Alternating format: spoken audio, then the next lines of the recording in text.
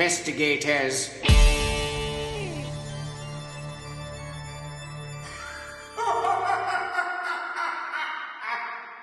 Welcome to the Boo-Foons Mystery Investigators. I'm Dan. And I'm Steve. And today we are joined by somebody who has been on the show before in the Hitchin Ghost special. If you go back and listen to that, we are joined by Seb. Hello, Seb. Hello both. Hello. It's Good to have you back. Yeah, it's weird thinking about the Hitchin thing because that was the whole piece where we were all sitting around the table and all complete non-believers in ghosts and talking about the fact that we saw some really, we encountered something that if you choose to spin it as going, we encounter ghosts, or if you choose to go it as going, well, that was a little bit odd. It was a little bit odd, and I think we all veered towards, well, that was a bit odd, wasn't it? Yeah. And the weird thing is, I'm very much, I don't really believe in ghosts, but I'm now here to sit here and go through the catalogue of ghostly events that I've encountered. Well, that's what actually got us, wasn't it? That's what we spotted on the day you were saying. I absolutely do not believe in it, but I've seen at least 15 ghosts. Yeah. It was exactly that. It was, I'm Seb. Don't believe in ghosts. Oh, here's this one time I met a ghost. Oh, and then a bit later on, did I tell you about this ghost? Oh, did I tell you about this time I saw a ghost? So Seb doesn't believe in ghosts, but he has seen, as Steve said, all of the ghosts. Yeah, he is the ghost whisperer. I'm the ghost. I'm the ghost whisperer. But really, really weirdly on that Hitchin thing, I think towards the end when we were all ridiculously tired, there was somewhere in a corridor where I felt physically cold. It was like, this is a bit odd, and I only have to move 2 steps, and I'm no longer physically cold. Yeah, but I didn't feel cold there. That's the thing. Dan had felt cold in that same spot earlier that night, and he pointed it out. That's why I went back, and that's exactly where those little devices we were using were going crazy, and it was a case of So there was a breeze from someone. And they were going crazy to the voice commands. That's the thing on command. No, it wasn't just random. It was the fact it was on command. And when we went to the bomb shelter, it was on command.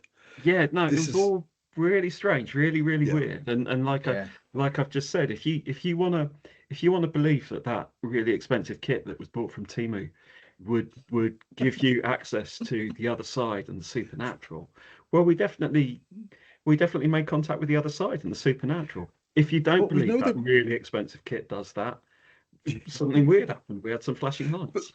But that was the other thing, though. All the kit came from different people and different supplies, but they from different sources, from different batches, different ages, and they all did the same thing. Agreed. At the same time. It's like, this is just. But nobody else had that in that group. In all the three other groups, nobody experienced what we experienced, and we experienced in 2 different locations. But if it had been someone setting up, if it had been signals, it would have been seen. Other people would have had the same thing, and they didn't. And I'll go back, and I think I said it on the Hitchin video that I was on with you. Is I kind of believe that, whilst I don't believe in ghosts, it's a case of I believe something's happening, but it's. I don't disbelieve that people encounter ghosts, but I don't really know what ghosts are, and all the events that I'm about to describe, apart from one where there's some stuff that I know or I believe happened where I wasn't present. All this stuff, I was always present.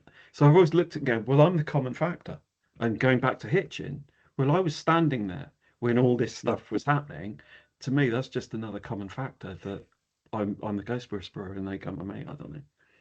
But then people have said that for hundreds of years, that people have claimed that they've got special connections to the spirits, to the afterlife, or whatever that might be.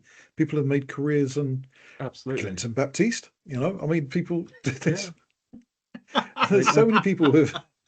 Was it Derek Cora?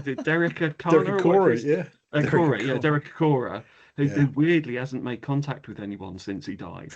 But not to my knowledge. Even on Fiverr, kept his Fiverr account open. It's just not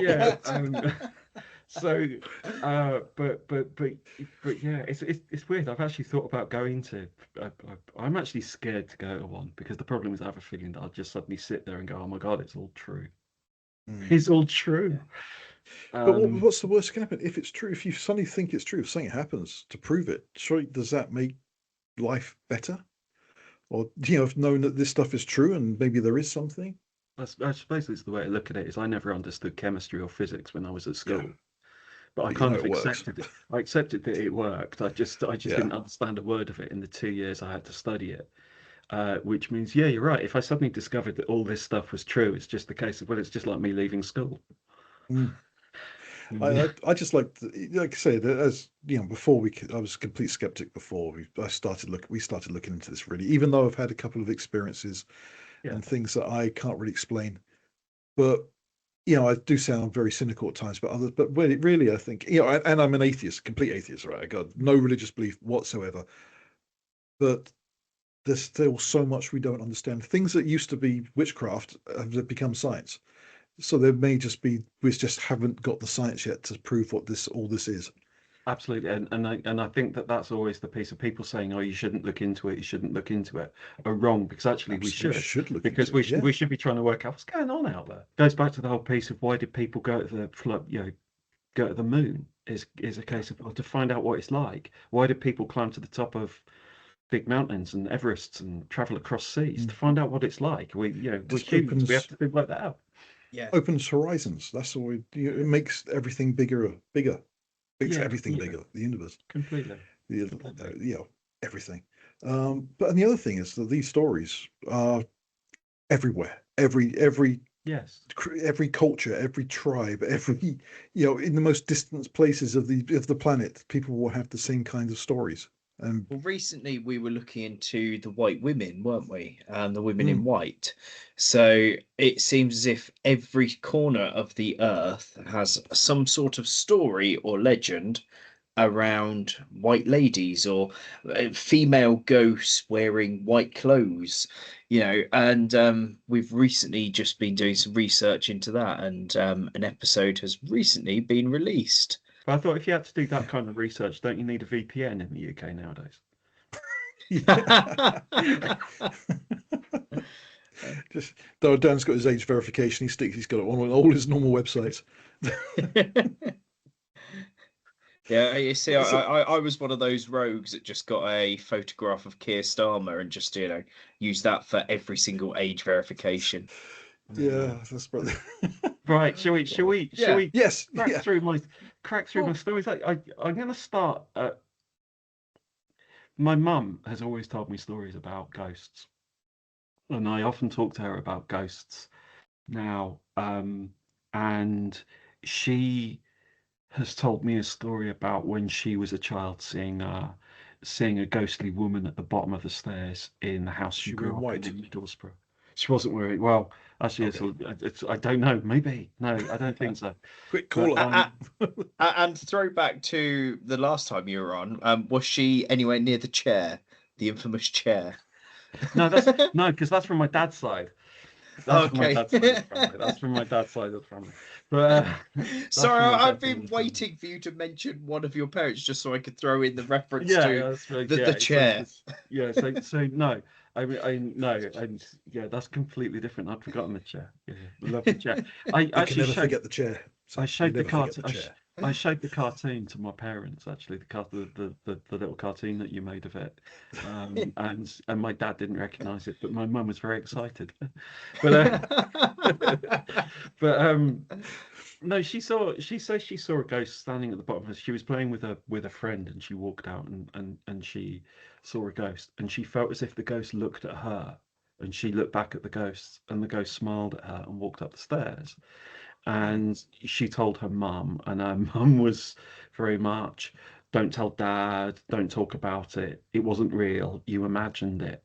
And she kind of grew up. She grew up there. I think my grandparents were quite religious, and I think there was a side that said we don't deal with this and talk about that.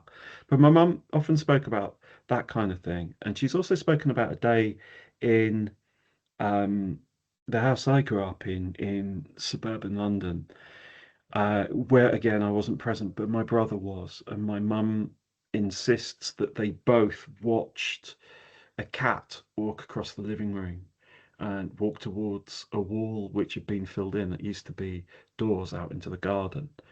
and just watched the cat just walk across. And both my brother and my mum watched the cat and then looked at each other and go, "Did you see that?" And they both went, "Yeah, that was a cat."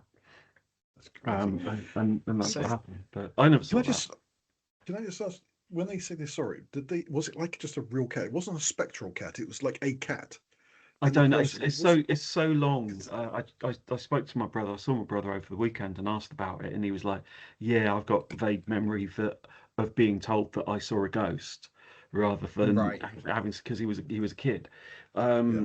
And something you would yeah, imagine you wouldn't forget. You'd imagine, yeah, because I say no, the I things I've agree. seen Yeah, I agree. that I can't explain, I haven't forgotten.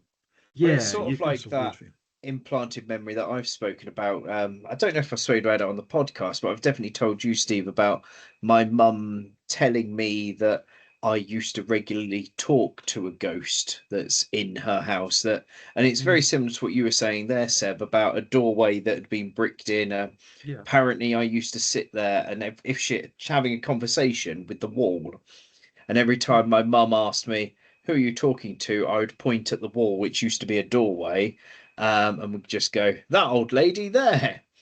yeah, But the thing is, there's no memory. It's just my mum has told me that several times I spoke to a ghost that was in a bricked up doorway. yeah. Which well, actually, that sounds really cool. Yeah. And I definitely believe that one. That was definitely a ghost. But no, you're but you're, no, but you're right. I think there's that kind of story, and I don't know how old my brother was. I certainly wasn't in the room. He's a few years older than me, so um, it's a case of again, is this a story that's been told many, many times and has just become the truth? But did nothing happen? Because we also where we used to live, we used to leave the back door open a lot, and the number of just random animals that would just walk into our house, like pets, like the neighbours' pets, would just suddenly appear on our landing. And so it's a case of actually, was there a cat in the room? It's just no, Because I've got because that's the thing, isn't it? If you saw a cat, an unusual cat walking across you would say something. You would jump up. You yes, try to like get it. You wouldn't just sit there and say, "Did you just see that?" yeah. You Also, would if it, like, "There's a cat. Get out! Get out! Get out!" You it's to also throw if something it at it.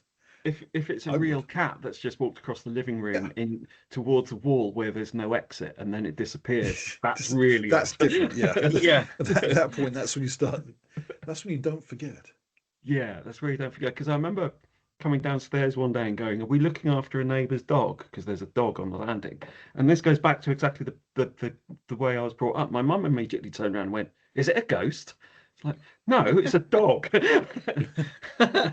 Was it a dog or was it a It ghost? was a dog. Went upstairs, found it, and it had come Oh, it through our was a back real garden. dog. Okay. It was a real Oh, dog. Yeah, real it's like dog. no Was idea waiting whose for dog it the- was. There was we used to back onto some school playing fields where people used to walk their dogs. So it's a case of and our back gate was notoriously never fixed. It was summer. It walked into our house and had an explore.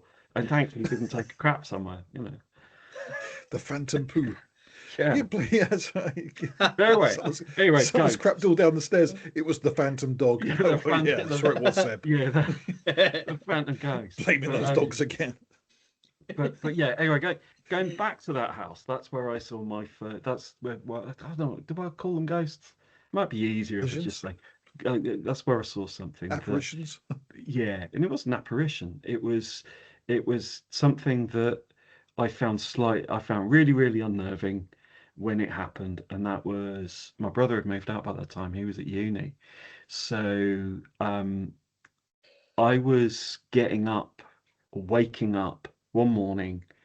I was probably going to go to college that day. I could hear that my mum and dad were downstairs getting ready for work.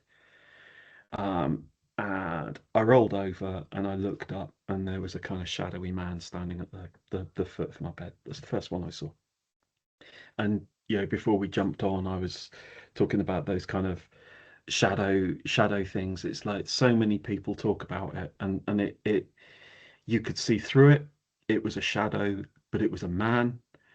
He was wearing a hat because you could I was see a going to say, brim. was he wearing a hat? Because that's Yeah, a you classic, could isn't it? see you could Yeah. see a brim on the hat.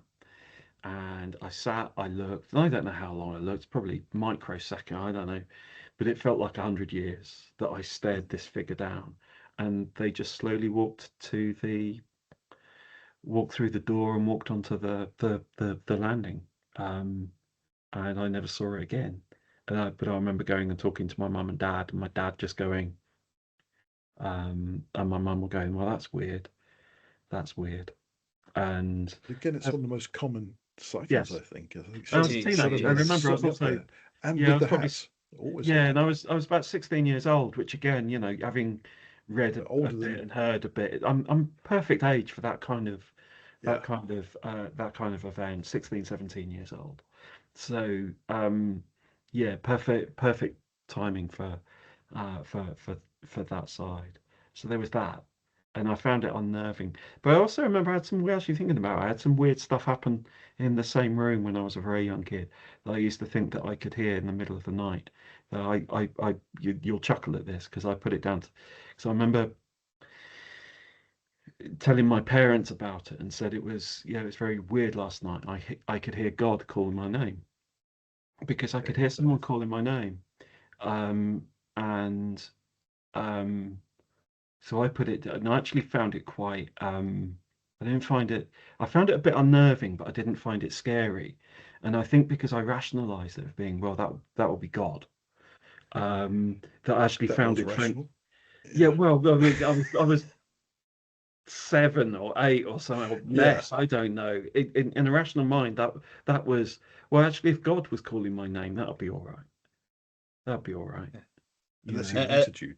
And then you found out that it was your brother with a toilet roll tube at your door going, Seb, give your brother all of your pocket money. The Um, weird thing about that is the fact that if my brother had done that, he would still be swearing blind today at the age of 50, whatever, that he hadn't, just to just Yeah. just to keep the joke going. And I But again, respect did him you for say that. this was when you were in bed? You heard this? Yeah, so I woke up in the Yeah. middle of the night. So it's So just yeah. No, it's just because the shadow men often relate to people think or psychologists think it's sort of when you're in a state of sleep paralysis, if I remember rightly. And this could be the same kind of thing because if you're in that state of waking when your I brain is was overactive, I was coming out of sleep. So it's a yeah, case of, yeah, I was probably I was probably waking, and I know I have really really vivid dreams, and I can often mm, remember my dreams. And I'm also aware that I hate being woken up when I'm in dream state. That I find that really confusing, and I actually, even to this day, I struggle to actually function for a little while if I've been woken from dream state. I do too okay. because I realize that life's not as much fun as the dream was. Yeah, I think that's probably it. I Yeah. agree with you. I also, for the record, for strange stuff, some of the dreams I have, I can dream in the third person. So I won't have a dream about myself doing something. I watch movies. It's a case of stuff will be happening around me and I'm not involved. It's a Oh, case of wow. stuff in my dreams That's is pretty actually cool. is going on Yeah. around me. I'm just watching, and I'm kind of I'm slightly raised above it and outside of it. So So like I say, sounds like it's like astral free movie. projection to me. Yeah, it's just like it's free movies, isn't it? Yeah. It's Yeah. I look forward to those ones. They're usually quite good. But so yeah, I dream a lot. As I tell these stories, what I want to do is give everyone really, really good opportunity to turn around and go, well, that can't be true, and listen to him. He's a dreamer. He doesn't believe it himself. If it happened, it certainly weren't Well, the you've said you don't supernatural. believe it yourself. That's the thing. But Well, I don't know what, but it's that whole piece of yeah, uh, that I don't like it when people turn around and go, "Oh, there's a ghost in my house, and it must be X, Y, Z because yeah, ABC." I sit there and go, "Oh, that's really simplistic. yeah. That there's something happening in your house you might want to try and understand, but don't please don't try and put it in a box and make it a story because once you put it in a box and make it a story, I just sit there and go, no, I just don't really believe it. Yeah. I just it's convenient. Stories like the shadow people that's, so I say psychologists say sleep paralysis because that's the easy way out. Yeah, It's an easy way out to say it's just your brain when you're waking up, it's sleep paralysis. That's yeah, just the easy way out. That's not even looking into it. And especially when there's, okay, who knows if they're faked, but there's film of yeah. shadow people. Um, Yeah. you know, either it's faked or there's something there. But you can't just say all of a sudden, no, that's just sleep paralysis. You just heard it, because it could be something else. Let's look into it. No, and that goes back to the fact that I don't understand physics and I don't understand Yeah. chemistry, but I've got a certain element of trust that what I was being taught and didn't understand is broadly true. So, For now. so Yeah, so it's a that's it. case of so it's a case of from a scientific perspective, there's all we're doing is asking questions, and it's a case of trying to come up with a way to come up with a logical answer that comes to the questions, which means sleep paralysis for that. It's a really easy answer, and actually Yeah. is if you think about it, is not unreasonable to think that. Yeah. But there could be more. Yeah. But then And so many people have it, so many the yes, same thing. Why would exactly. you see a shadowing character of a man wearing a hat, which they always seem to have in the same There's thing? so many TV shows, so many radio shows, and so many podcasts these days constantly talking about it and reinforcing it. Now, yeah. But Yeah. some, it had to start somewhere, and maybe it started Yeah. before. But nowadays, I blame you two. So yeah, thinking about spooky stuff. The next one happened when I was at uni. Were you When high? no, I was just drunk. Okay. I was just drunk. I've been to a party. Bunch of friends on my course. We've been to a party in North London, somewhere out near Wood Green, and a bunch of us decided that we were all going to struggle to catch the last tubes, buses, wherever to get home, and actually it might be if we were to just get a taxi to drive us somewhere, and I don't even remember where we were driving. But I think four of us piled into a taxi.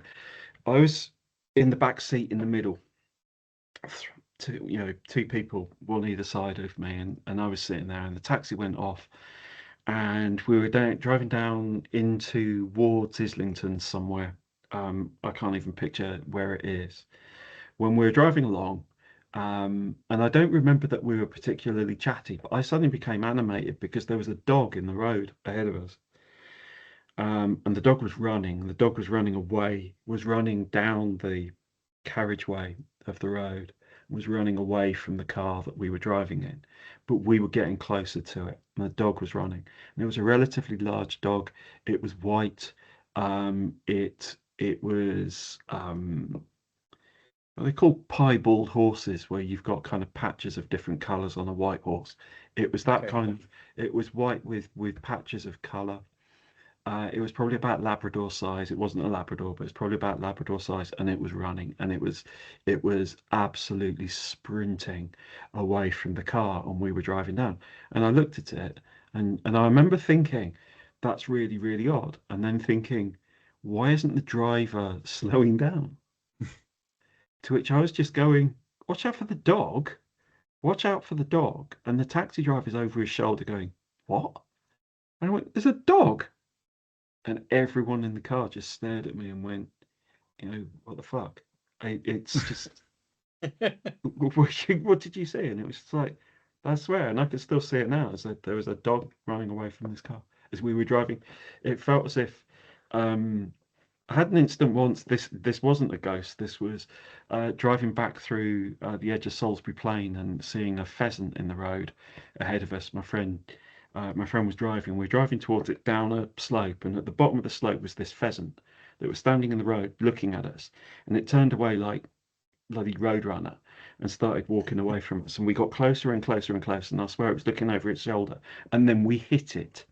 Then we hit this pheasant, and the pheasant bounced over the bonnet, the windscreen, and when we got back to London, we realised there were guts hanging. It had an aerial on the top little guts hanging off that. It was pretty grim. Now, what happened with that pheasant is exactly how I remember the dog, except Yeah. we didn't hit it because it wasn't there. But I Okay. swear it was. I swear it was. I That thought, was. yeah. Why have you not been haunted by this pheasant? I mean, seriously, everywhere you It's. look, there's this pheasant just staring at you. I wasn't driving. But it's weird, isn't it? We do, but there are lots of ghost stories about animals as well. So when people Yeah. say, why is it just humans that make ghosts? It's not.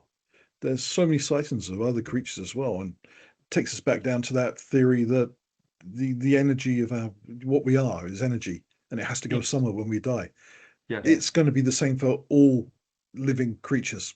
That Yes. you know, energy that makes up the universe has to go somewhere. Why Yes. shouldn't a dog? Yeah. You know, Well, Daisy Dogs, when yeah, we did the research all about that, where we end up with the two completely different stories, but both stories had ghostly dogs at Land's End. was it Don't know. actually Ghost dog. was it a ghost of that dog you saw at the top of the stairs? Because you No. said that was a white dog as well. No, It may this have dog was decided to follow you. Labrador size. The dog that I thought we may be looking after was kind of tiny, you know, one of those kind of how a Right. Nick Cave song describes them as a fetus on a leash. But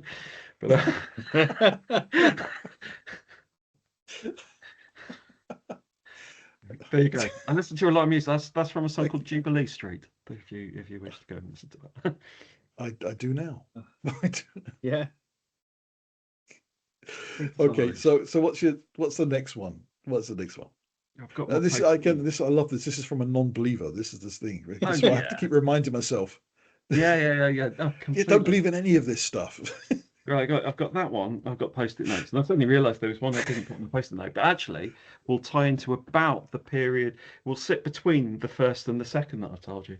Yeah. There's a place in Northamptonshire called Church Charwelton. It's a village, or rather, it was a village. The church is still there, but it's one of the deserted villages that kind of date back to the era of either the plague or more likely just the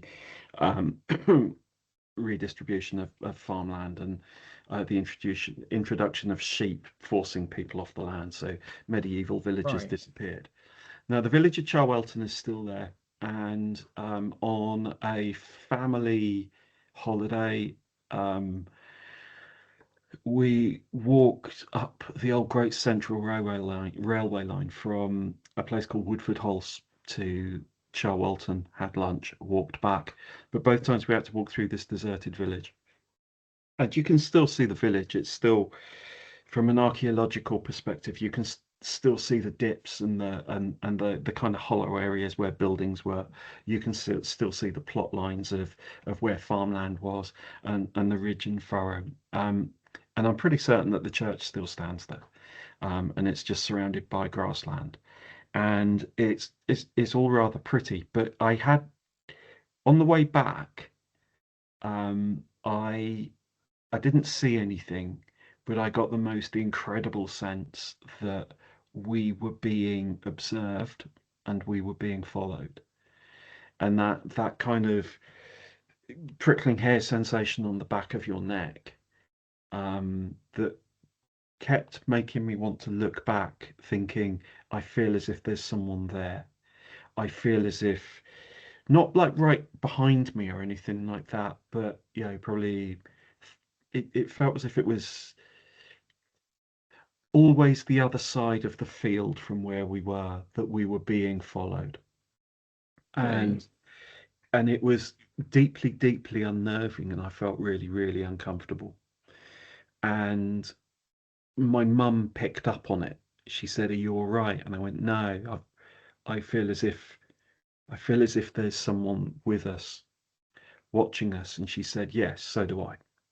And said, "We need to get out of here because it feels like we're being followed." And I remember it's difficult to describe, and it is a long time ago.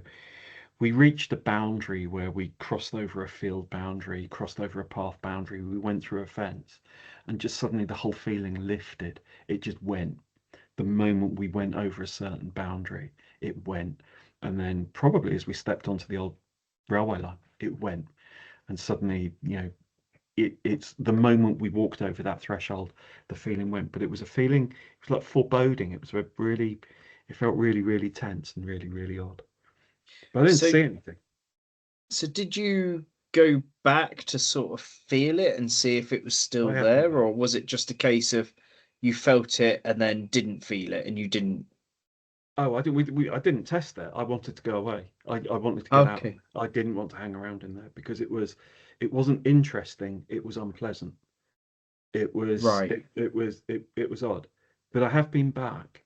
I went back probably in my early 20s with a friend and did probably not the same walk, but a similar walk. Certainly walking through the same area. Felt absolutely nothing. Though, one of something that happened to me a couple of years ago in the presence of my mother. Again in the house where my parents currently live, where the chair is. The infamous chair. The infamous chair. I'm going to jump to that story because it's the same feeling because I didn't see anything. Um, it was around Christmas time about 3 years ago, sitting in my mum and dad's living room, and I was sitting on a chair in their living room, and I felt as if there was someone standing next to me. It was really, really odd. When you're sitting in a public space and someone stands next to you, and it's a case of, on a tube train or something, or on public transport, when they're really close to you, you're aware Yeah. of it, you can't help it, and there's very definitely a physical presence, and you kind of feel shadows, and it's not oppressive, it's just what it is. But when you know that there's nobody there and nothing there, it can feel a little bit oppressive and feel that oppressive. So I was suddenly sitting there and feeling really unnerved because it was a case of there was someone there. And there was nothing there, absolutely nothing there, but it felt as if there was. And I remember calling out to my mum and dad, going, "This is really, really weird. I feel a presence next to me again." And it isn't dissimilar to how I felt when I walked across these fields in Chowelton in Northamptonshire. It's very much it's a feeling that there's something there and something with us. But I called it out to my mum and dad and said, "I can't sit here." And I moved to the other end of the room. And we continued the evening, but probably only about 15 minutes later, um, about 15 minutes later, again, I can't tell you what happened. I think we might have had a slight power outage that the lights may have flickered. But I was aware that I immediately looked at the living room door. And then I looked back to my mum and dad and realised that my mum was just staring at the same spot I'd looked at, staring at the living room door. And then she looked at me and went, "What was that?" But she didn't say, "What was that?" Because I said, "What?" And then she said, "What was that?" But the first time she said something to me, she said, "Did you see her?" And she swears blind she didn't see anything. But I think, why would you say, "Did you see her?" Yeah. That's really in the moment. Yeah. I found that really, really odd. And it was half an hour, 15 minutes, half an hour, whatever it was. That room felt oppressive, There was something in there. It felt You as know, if there was a fourth person in that room. your mum's probably in that generation where people used to be committed for things like that if they saw things. So it's pretty much more natural for her to say, "Didn't see anything." Yeah. Especially if you both are as, open to these feelings and experiences. What I wanted to say, so you said about the feeling in the field, and you've just said about the feeling in the living room. Yeah. Now, I remember when we were in Hitchin together, on the ghost hunt, you kept saying about, "I've got a very warm feeling here, a very Yeah. welcoming feeling here." But you've just said that the field and Yeah. the living room, it was an oppressive But feeling. that's but that's why I was calling it out. Because everyone's going, "Oh, it's really, really spooky." Why I was calling out that actually I think it feels really, really warm and really, really friendly in there is because I have stood in places where I've had, I've not been scared witless or anything like that, but I've had moments where it's a case of I am deeply uncomfortable. I want to be careful what I say actually about it because there is I've had some weird stuff. Yeah, I'm talking about some of the weird feelings that I've had, and sometimes these feelings have come over me, and I've had a couple of occasions where I have felt the presence of specific people around me who are dead. Okay. One of whom I've occasionally thought is around me is my grandmother. Okay. Which again, I don't think that's an unusual. I don't think that's a particularly unusual um,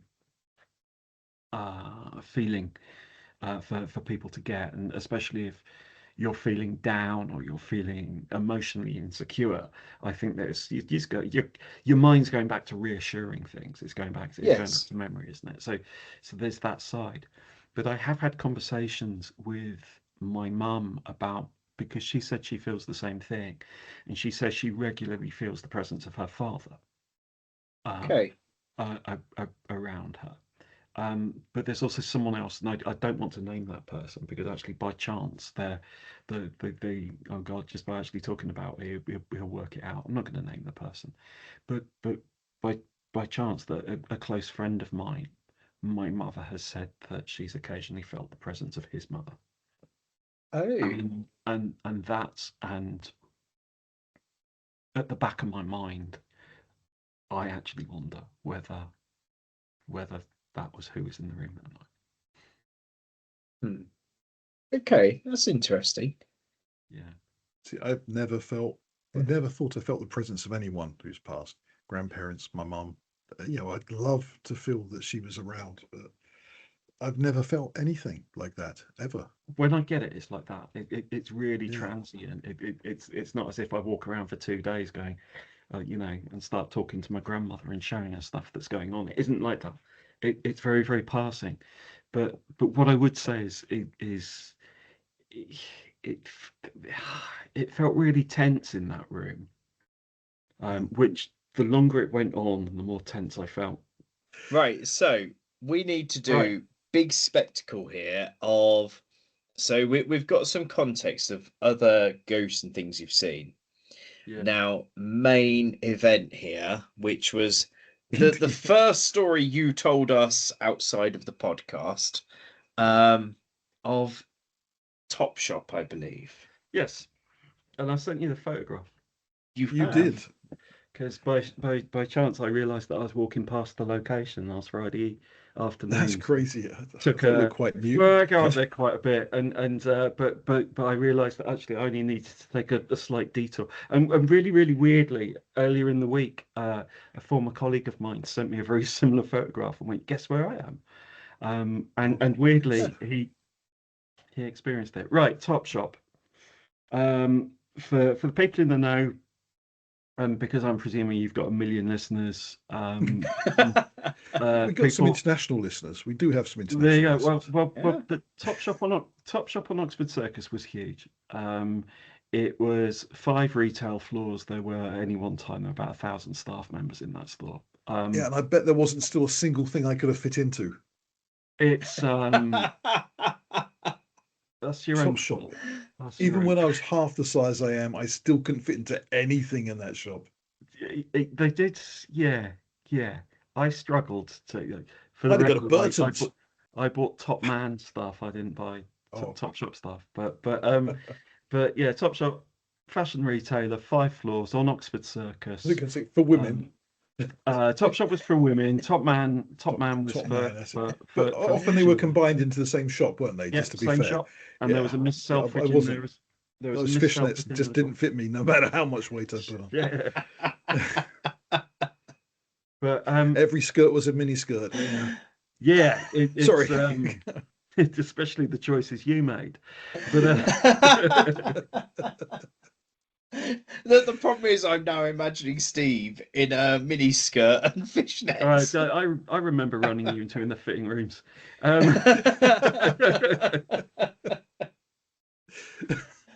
It's not a but very Asking glamorous me to leave. picture. I wish Back it then were a it wasn't as glamorous image in acceptable. my head, but oh, but so yeah, I worked for 7 years there. It's a weird old building because also the same building, Nike, in the same building. If people want to go and see it now, it's where, if you walk down Oxford Street, it's where IKEA is, and the actual space. I actually realised on Friday when I took the photograph, the space is now part of the IKEA store. on Oxford Street. But I worked in an office at the back, a security office, which contained a small office which I worked in. There was a huge CCTV room where all the CCTV stuff for the store was done. So there was a bank of probably about 20 screens, you know, however many Intellexes recording CCTV images, video recorders, blah blah blah blah blah. That's where I worked. But because it was a security office, it was in a very secure location. You came off Great Castle Street at the back. You had to go through a security door that, when no one was in the offices, was locked down with a key. You'd then have to climb up this flight of steps that is part of a large fire escape that goes up and down into the depths of the building. And on a mezzanine floor, just below the first floor, was my office, and there was an entrance from this stairwell into my office.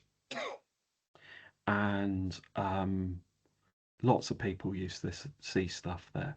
I first started to notice stuff when I started to work there. I used to see stuff from the outside, that you'd be walking past it and you'd look at it and go, I swear I could see someone walking up the stairs, but there's no one there, because it was all frosted glass, but you could see through it, and you'd look at it. And the first time it happens, it's like it's light reflecting, it's your imagination, but it used to happen quite a bit.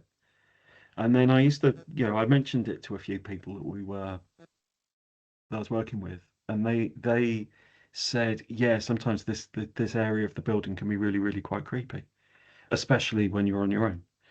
And I was going, yeah, whatever, it's all right. But and then I'll tell you 3 stories about stuff that happened. One, I'll tell you about the worst one for me was a Sunday morning. I'd gone in early. I had a load of admin that I needed to do, and I thought I'd get a head start before I do my work shift for the day. So I ended up in my office. I was lone working. So when I arrived, I had to get a key to actually let myself into the stairwell. So I went in, got that locked down, went up to my door, and I went and started doing my administration work. And this is where music comes in. I still, when I work, play music, especially if I'm on my own. I play music all the time.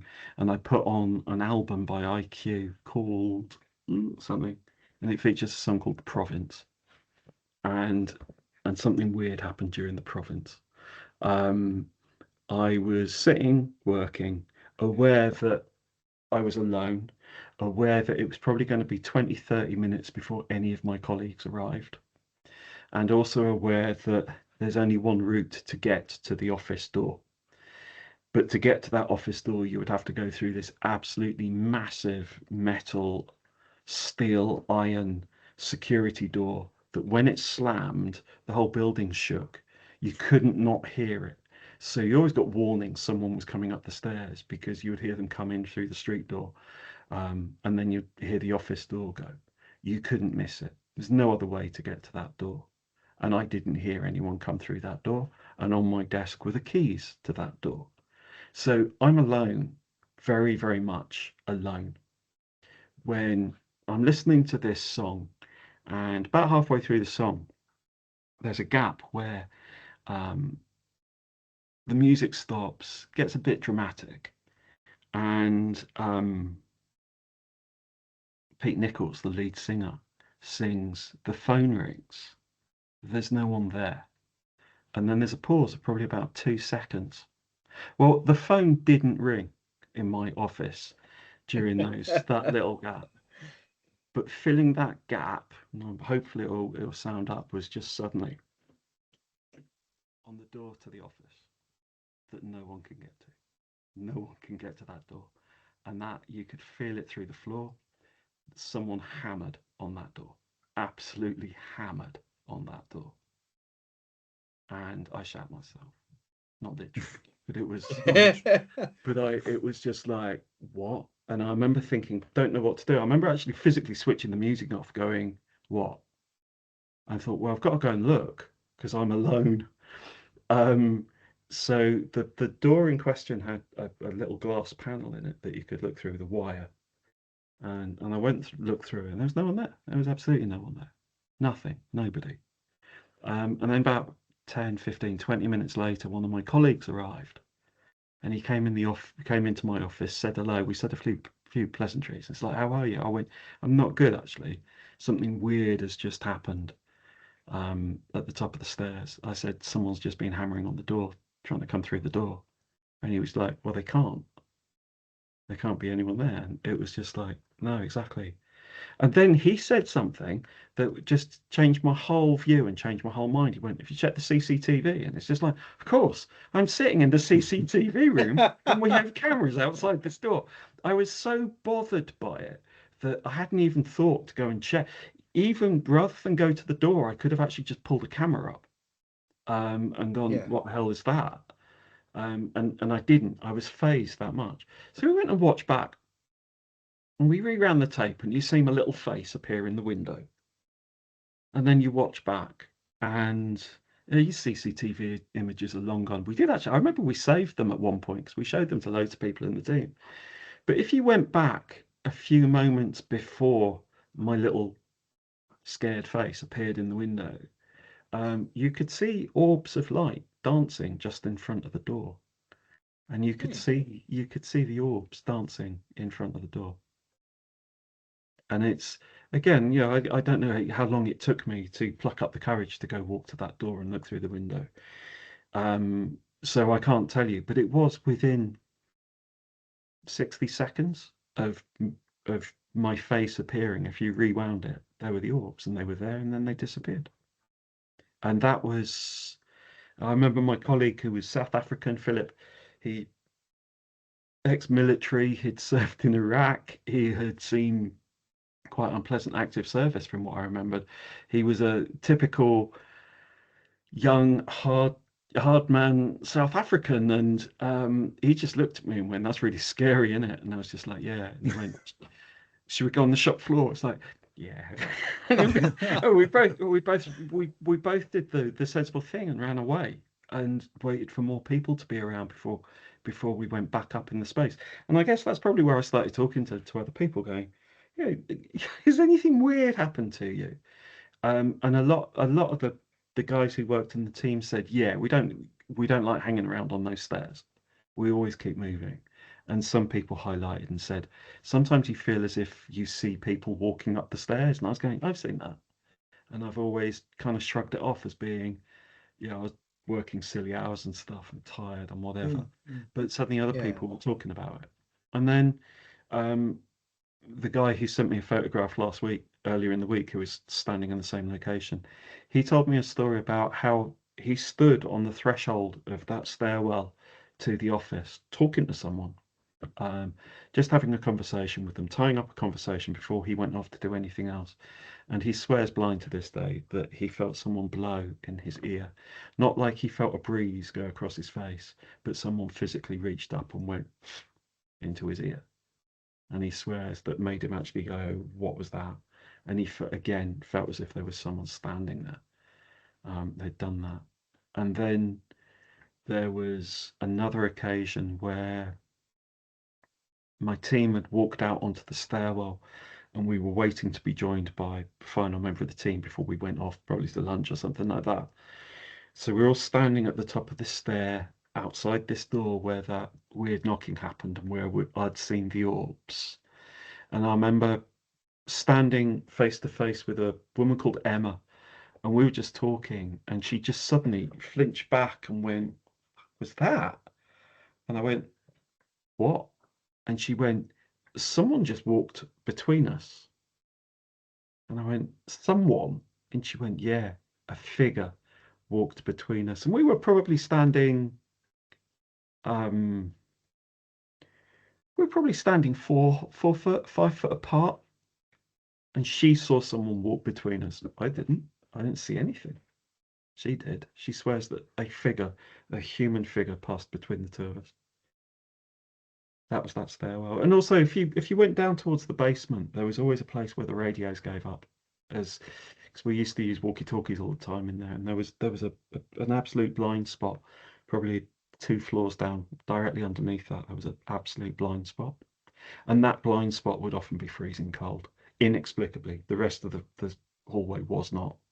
It would be it's north facing. It could get quite cold down there anyway, but there was always one part, if you went a couple of sets of steps down, that was always significantly colder. Significantly colder. Weird. And that's that's my Top Shop experience. But yeah, a few again, some of the CCTV guys said they used to get spooked out if they were working in there, because sometimes we'd run with maybe only two people towards the end of the night, and if someone has to go and run an errand or someone needs to do something, people said they didn't like sitting in that room by themselves. But I only had the one day where I sat there and felt utterly exposed.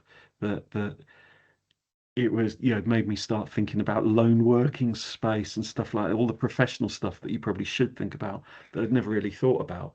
But it was a moment where it was, this is creepy.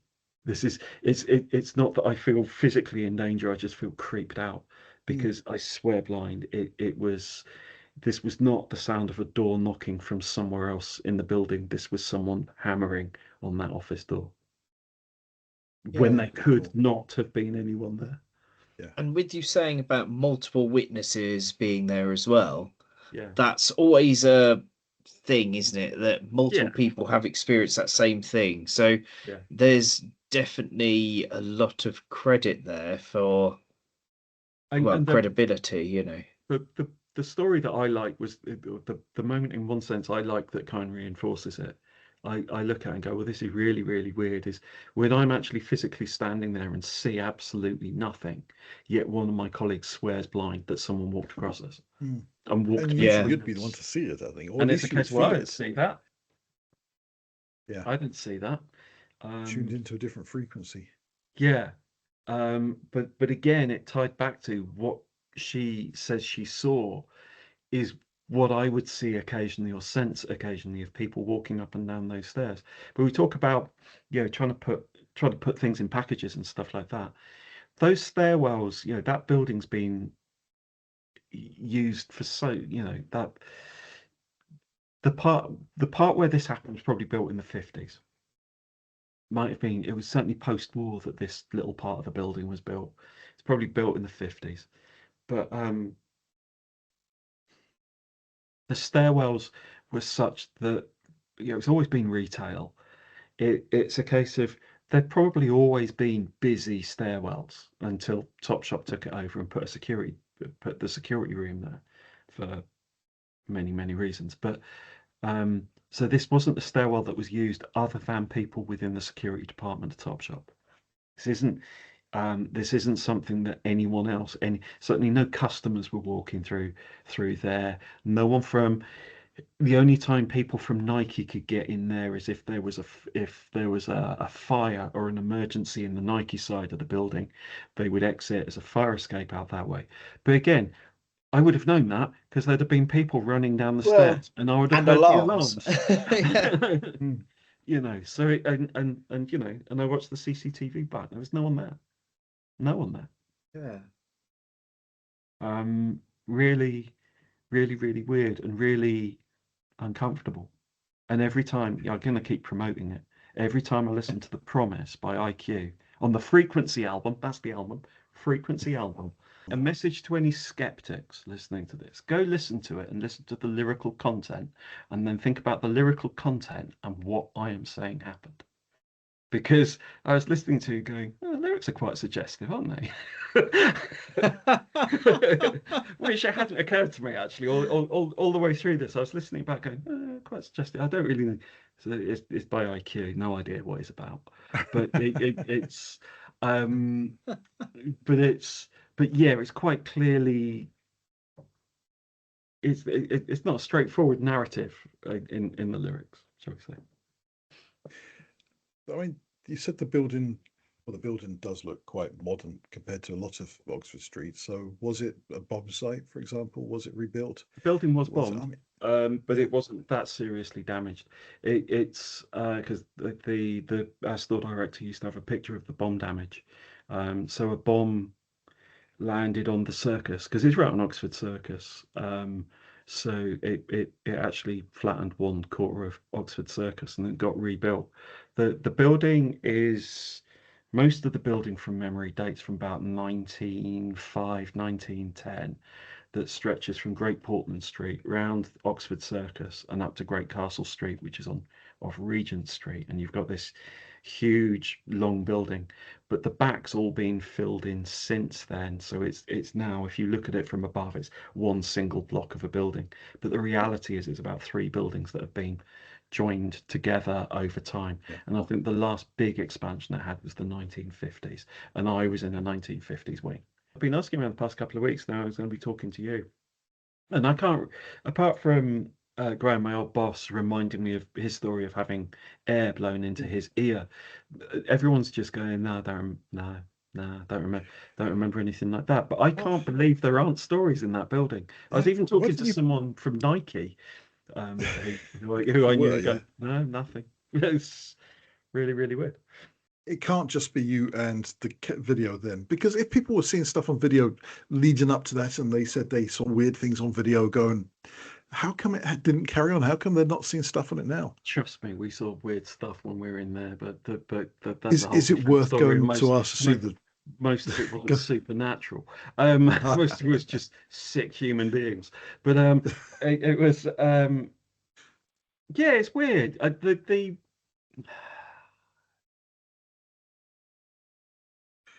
I don't remember anyone ever, certainly we never saw kind of phantom figures walking down corridors or any nonsense like that. We didn't get anything like that. The orbs of light, it was, we probably did see that type of stuff, but if you are looking to work out when a shoplifter took something from a shelf and stowed it in their bag and walked out the store, you probably wouldn't look at the orbs of light. Yeah. It was a CCTV system that was being actively used to stop crime. So it was a case of, if there was weird stuff going on, it was a distraction, and you would probably be looking at it, given that it was an old creaking system, of turning around and going, which intellect system do we need to go and kick? Were the images on that system captured on videotape or on digital? Some was digital. Mostly it was onto videotape. I don't remember the camera in question which was recording where. Probably onto videotape, actually. Well, that's the infamous Disneyland ghost, isn't it? Yeah, which is just ghost an image. It somehow stores it. Occasionally can store onto tape. Right. But when we went and looked back at it, we wouldn't have been looking at videotape. We would have been looking at digital images that have been stored, because yes, it was being backed up onto videotape, but we had however many days available digital that was being recorded digitally. So it wasn't. So no, we certainly weren't looking at some ghost images on a CCTV tape that had been being used day in, day out for 6 years. Yeah. Right. That's really good. I like it. Just want to go. I want to go now. Just see the manager. Demand to see the manager. The photo I've shown, it's quite clearly IKEA. I don't have any contacts at IKEA, but yeah, I would love to get back into that building. That's a really cool story. Yeah, I really like that story. Yeah. And they'd say the location is perfect for it, as far as I'm concerned. Yeah. Like I say, you can't have more history than you've had per square inch of city, than you do in London. By the way, I've still got one really big ghost story that I've not told you. Well, I've got two, but that doesn't include Princess Diana. Save that for a whole different day. But my mum's house, the current house they're in, probably getting on 30 years ago, after dark, I would not go into the dining room alone, because there was, again, this was weird, this was visceral, there was something evil in that room. The feeling of hatred, anger, that I just walked in and went, I couldn't. And the shame is, you have to walk through that space to get to the kitchen. So anytime I wanted a drink, I had to run. And this is as an adult. And this is an adult, yeah. Since in the 1990s. As a grown man.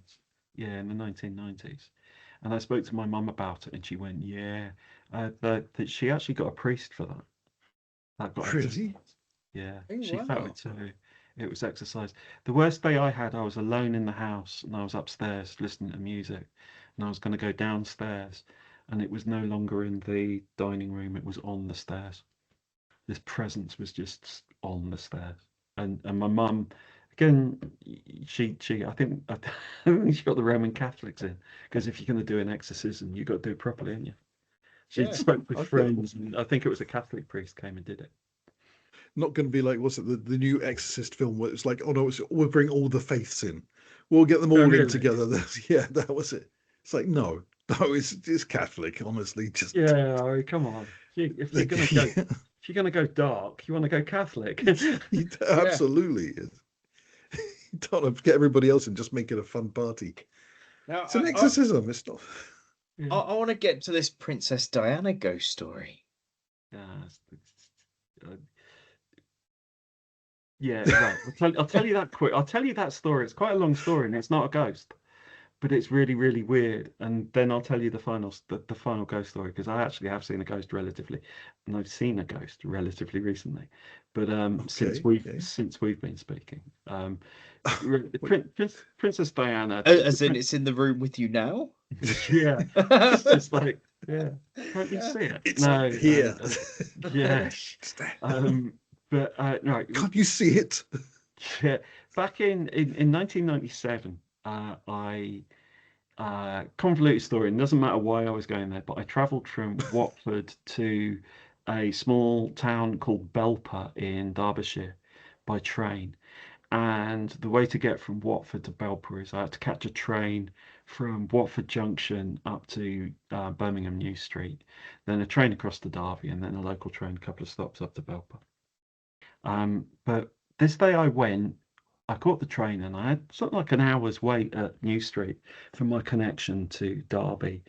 And I knew what platform it would be on. So I went and sat on the platform, but I knew there were about five trains going to come through before my train to Derby arrived. So I walked onto the platform, and I walked to the end of the platform where I could see an empty bench. And I went and I sat on the bench, because I thought I'll stay out of everyone's way. I probably had a book to read. Actually, thinking about it, I probably did have a book to read, given how I felt what happened next. Because I've been sitting there a little while, and suddenly I realised that this huge long platform with really not very many people on it, some bloke walked up and sat next to me on the bench, and I mean next to me on the bench. Not, you got four seats. He sat next to me on the bench, and which put my back up immediately. And then he engaged me in conversation, and he started talking to me about stuff I have absolutely no interest in whatsoever, zero interest. He started talking to me about Dodie and Diana, and saying how, asking me questions about, don't you think that it's absolutely wonderful that Diana appears to have found someone who truly loves her?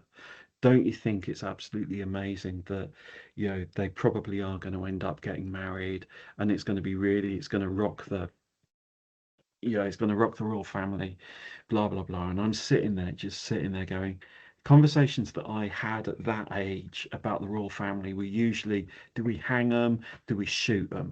That's kind of where I sat on this issue. And I've got this guy going, nah, nah, nah, whittering on about these two people who I could not care less about. Could not care less about. And I remember just willing this train to go, and eventually started saying he was going to a stately home somewhere, which is obviously his thing. So he was catching the same train as me. So I immediately got there and thought, right, okay, so I'm going to let him get on the train first, because I'm not going to get stuck next to this bloke all the way to Derby. So when our train came, it was really, really quite crowded, and there was quite a crowd to get in.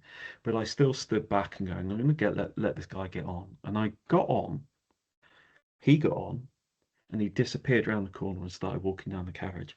I got on, walked down the carriage a little bit and looked for a seat, and realised there weren't any seats. I wasn't going to sit there. And I immediately looked around, seeing if I could see him, because I was obsessed with this bloke. Looking around to see if I could see him, and I couldn't see him. And I thought, well, I can't see him, that's good. Walked back into the vestibule where there were lots of people standing. He wasn't there. And it was a case. It was a case of, this is the bit where, as I remember being aware that as I was getting on the train, I felt as if people were looking at me. And this is a really, really weird feeling. I felt as if people were looking at me. Really, really weird. That might be important, because he was getting off at Derby. I knew he was getting off at Derby because we'd spoken about it. So I got off at Derby, and I looked for him, because it was a case of I looked for him because I wanted to avoid him. I didn't want to talk with this guy. He wasn't at Derby Station. I never saw him at Derby Station. He didn't get off. He didn't get off that train. And the more I think about it, is I never saw him on the train. I never saw him get off the train. I never saw him on the train. Realistically, the only thing I ever saw was him and I walking to this big crowd to get on the train. That's the last I ever saw of him. That's the last I ever saw of this bloke. Maybe So- he was a secret agent and he thought you were a secret agent and they were the code Maybe. words. Maybe. Anyway, that night I went back to Watford Junction, got the train back on the same day, and I went to bed and I couldn't sleep. I couldn't sleep at all. And about 6 o'clock, I thought, this is no good. I'm just going to put the radio on. And I'd had the radio on for about 2 minutes and discovered that Diana had died. And I thought, well, that's weird, that I've had this guy talking about someone who I do not care about at all, Incessantly. who disappeared, and the person he was talking about is dead. A weird story. That is weird. That's a weird story. No idea what that's about. Mm. And the question I've got when I say people were staring at me is, was he ever there? I've often questioned, given that I was sitting on a bench for 4 people and I was pissed off that someone came and one person sitting on the bench, like the whole, you walk into a gents' toilets with 3 urinals and there's one at one end, one at another end. You use a cubicle. That's exactly the same kind of human piece of, why would someone sit right next to someone on a big bench? Mm. Yeah. Why would anyone sit next to you on a bus when there's a dozen other seats? Why would you do that? So I've often wondered whether he was actually there or whether I was talking to myself, because that might explain why people are looking at me. Well, I'd tell you the truth, from all everything you've spoken about today, it could well be that you were talking to yourself. When you experienced these things, did you tell anybody apart from your mum? Or was she like the only person you could actually confide in? Or did you tell everybody? Obviously, you were experiencing these things when you were younger. Were they things you told friends, or did you just keep... That Birmingham story, the Birmingham New Street story, I'm looking over a box in the corner of my room. I think it's in the diary that I wrote at the time. I'll go look for my diary entry. Yeah, if you can find it, we can put it on we'll just take out all the other stuff, put it on the website. Actually, there was lots of stuff happened that day because I went and watched a football match. I went and watched. It was a 2-2 draw between Belper Town and Glossop North End, but I ended up going to the Rifleman pub with a bloke who I met at the football, who was an ex-rail worker. Are you sure?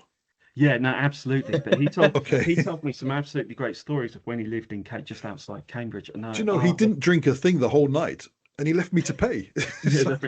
No, but yeah, so I had a really weird day that day going to Belper, which means and actually weirdly, I can even now tell you that diary is yellow. So I don't write in diaries, I write in notebooks. So it's a yellow notebook. I'll go look for it. I'm not sure I'd let you share it because it's my diary. I'll tell you that. Yeah, but it's history now, isn't it? It's it's documentation. Yeah, an age gone by. So, are you going to tell us about your final story? Yeah, the final story happened weeks ago. I went shopping at my mum's in the village where my mum is. I walked down into the village to do some shopping. And there is it's a village called Bloxham in Oxfordshire, and there are some old lanes called the Gogs, which are footpaths. They run alongside a stream that runs through the village behind people's houses, and they walk, and they're surrounded by woodland and a couple of little cabins and people's gardens. They're a bit windy, and I walked down one, and I got to a break in the pathway, and there was a woman walking away from me down a path that I wasn't going to walk down, and I just mentally just went, where's she come from? And I looked back, and there was no woman walking down that pathway, but there was a woman walking away from me, a bit like a dog. She didn't look like a dog, but But you I used to have women swear, walking away from you. I swear, yeah, I'm used to that. I swear. Steve, notice I didn't name one person. But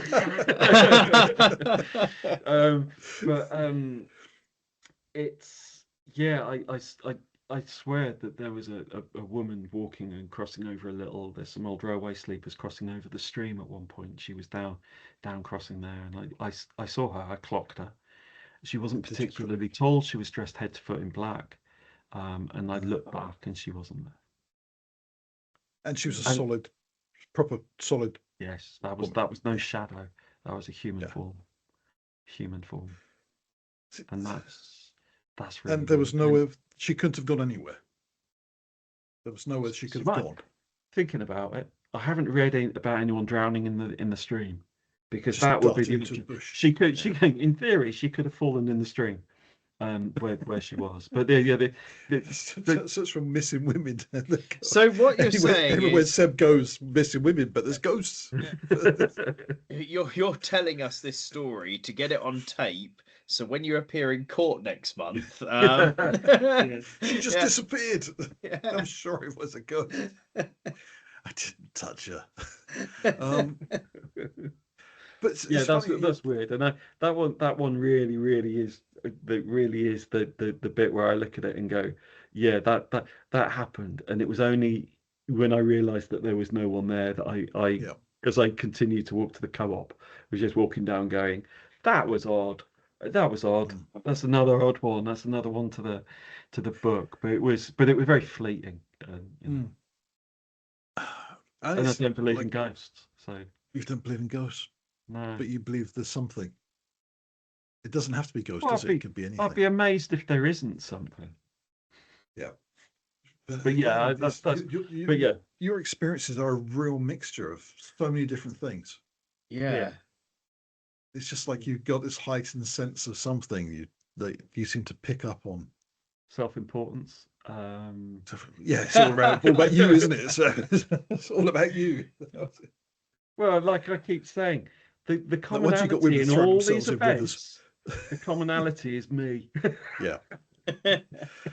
No, it is fascinating. It really is. And, it's great. We can have a laugh about things, but I still believe that there's something we just don't know yet. And, It's what the things you've experienced, the things you've seen are just somebody who's more open to it. And I think you just got to yes, accept that you are more open to these experiences. I mean, like I said, we're all supposed to have this sense of danger to avoid it. yes, That's how we survive as a species. You've got a yeah, heightened one, yeah. apparently. And it's a case of, well, I don't, yeah, but all that kind of stuff is going to be. There's going to be so many little data points within that it's a case, if you talk about it heightened, it just means that, if we were to graph it, I'm up there in one part and I'm low here, and someone Yeah. else is just vice versa, or they're high somewhere else. We're all different. Yeah. There isn't Yeah. normal, doesn't exist. So yeah, Well, especially not around here in the Boo-Foons. well, no, well, that's definitely part of the appeal. Yeah. But Who like? There's nothing normal. yeah, I mean, and anyone who strives to be normal, good luck. Yeah, my job working for Topshop was to identify dishonest staff members and and work to prosecute them and demonstrate that they were dishonest liars, blah blah blah. Yeah. I've been sent on courses to be trained on how to pick up signs of dishonesty and lying and that kind of thing. So I've always Yeah. got, and it makes you approach situations very, very differently. So and the way that you ask questions and the way that you evaluate evidence changes, and so I think that when I listen to ghost stories and stuff, they're fantastic and they're great, and I find them really interesting, mainly because you can't explain them. But it's why I do get a little bit interested by people turning around and going, and this happened and that happened, so it must be X, Y, Z because ABC. No, don't buy that. It's like, should we keep asking questions? because we're more likely get a more interesting answer. And I think that's a brilliant point to say thank you to you, Seb, for joining us today. You know, it's been brilliant, you know, listening to all of these stories and also hearing you rationalizing them as well for your understanding and that, and you trying to be like, but I you know, and that's My been own fascinating. skeptic. Yeah. Yeah. Yeah. That must take quite a bit of effort considering everything you've experienced to still be a skeptic. That's a lot of work involved there. Do you think? Because I mean, you've Do you think I should experienced. believe? Oh, my. I, Well, I don't think you should be as skeptical as you are. well, I can't explain a lot of them, and Yeah. a lot of this stuff is coincidence. But no, it's been really good having you on. Thank you so No, much it's for been your really time. good. Seb. Yeah, thank you, Seb. Yeah. Yeah, I've been looking forward to it, and yeah, it's not disappointed. It's been good fun. I I'm think so pleased you enjoyed it.